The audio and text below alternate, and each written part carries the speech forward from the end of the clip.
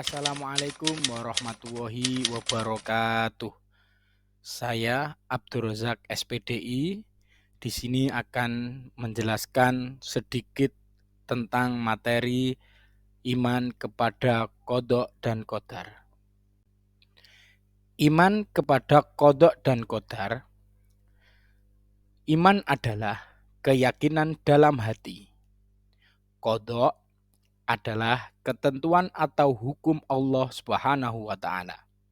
Sedangkan qadar adalah perwujudan ketetapan atau qada terhadap segala sesuatu yang berkenaan dengan makhluknya, sesuai dengan iradah atau kehendaknya. Qadar disebut juga takdir Allah Subhanahu wa taala yang berlaku bagi semua makhluk hidup, baik yang telah sedang maupun yang akan terjadi. Kemudian 4 prinsip iman kepada qada dan qadar. 1. Iman kepada ilmu Allah yang qadim atau tidak berpermulaan. Yang kedua, iman bahwa semua qadar Allah telah tertulis di Lauhul Mahfuz. 3. Iman kepada adanya kehendak Allah Subhanahu wa taala yang bersifat menyeluruh. 4. Iman bahwa Allah Subhanahu wa taala adalah zat yang mewujudkan. Kemudian qadar atau takdir. Macam-macam takdir ada 2. Yakni yang pertama takdir mu'allaq. Apa yang disebut dengan takdir mu'allaq itu?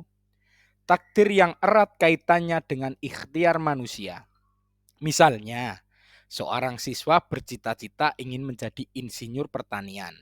Untuk mencapai cita-cita itu, ia belajar dengan tekun. Kemudian yang kedua yaitu takdir mubrom. Takdir yang terjadi pada diri manusia dan tidak dapat diusahakan atau tidak dapat ditawar-tawar lagi oleh manusia. Misalnya, ada orang yang dilahirkan dengan mata sipit atau dilahirkan dengan kulit hitam. Sedangkan ayah dan ibunya kulit putih dan sebagainya. Kemudian, kaitan antara iman qada dan qadar dengan sikap optimis, berikhtiar, dan bertawakal. Jadi, kaitannya adalah manusia diwajibkan untuk selalu percaya diri dengan segala keadaan yang terjadi. Sedangkan kita sebagai makhluk hidup bukan hanya optimis, namun juga harus berikhtiar atau usaha apa yang seharusnya kita lakukan. Dan tidak lupa kita juga harus pasrahkan kepada Allah Subhanahu wa taala.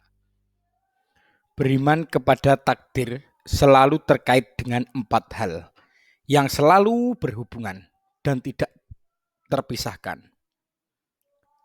Yang pertama adalah sikap optimis atau percaya diri akan takdir terbaik Allah Subhanahu wa taala. Yang kedua yaitu ikhtiar, berusaha dengan sungguh-sungguh dan sepenuh hati dalam menggapai cita-cita dan tujuan. Yang ketiga adalah doa. Doa ini adalah ikhtiar batin yang besar pengaruhnya bagi manusia yang meyakininya. Namun, doa paling masyhur, paling ampuh itu adalah doa kedua orang tua, terutama ibu. Yang keempat adalah tawakal.